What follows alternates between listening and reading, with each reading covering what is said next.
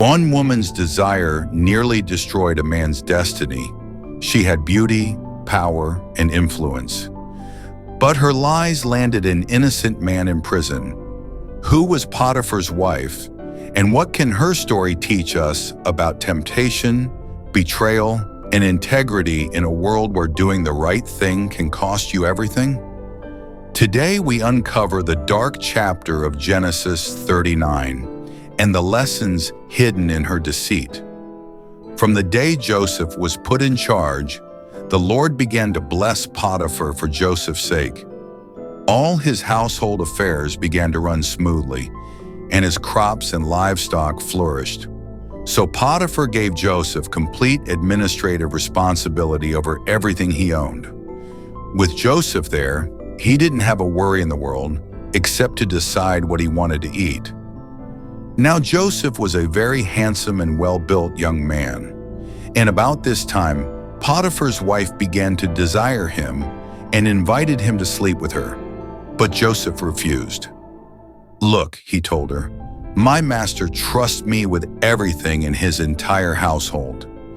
No one here has more authority than I do.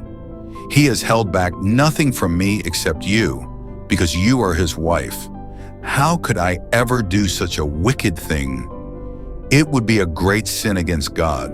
She kept putting pressure on him day after day, but he refused to sleep with her, and he kept out of her way as much as possible. One day, however, no one else was around when he was doing his work inside the house. She came and grabbed him by his shirt, demanding, "Sleep with me." Joseph tore himself away, but as he did, his shirt came off. She was left holding it as he ran from the house.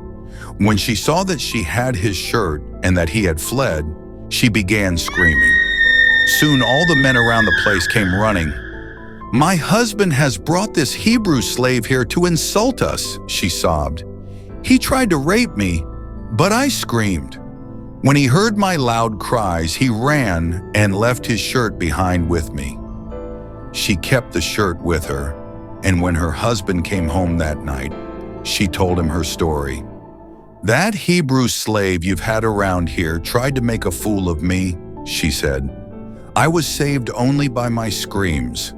He ran out, leaving his shirt behind. After hearing his wife's story, Potiphar was furious. He took Joseph and threw him into the prison where the king's prisoners were held.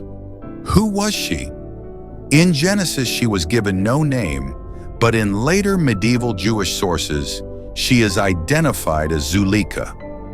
Zuleika is a figure in the Hebrew Bible.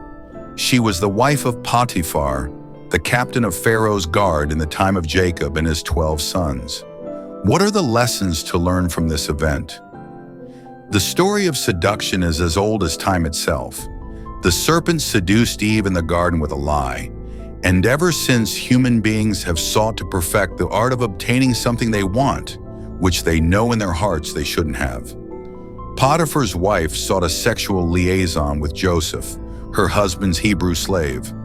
When you rebuffed her a second time, she turned on him, accusing him of rape.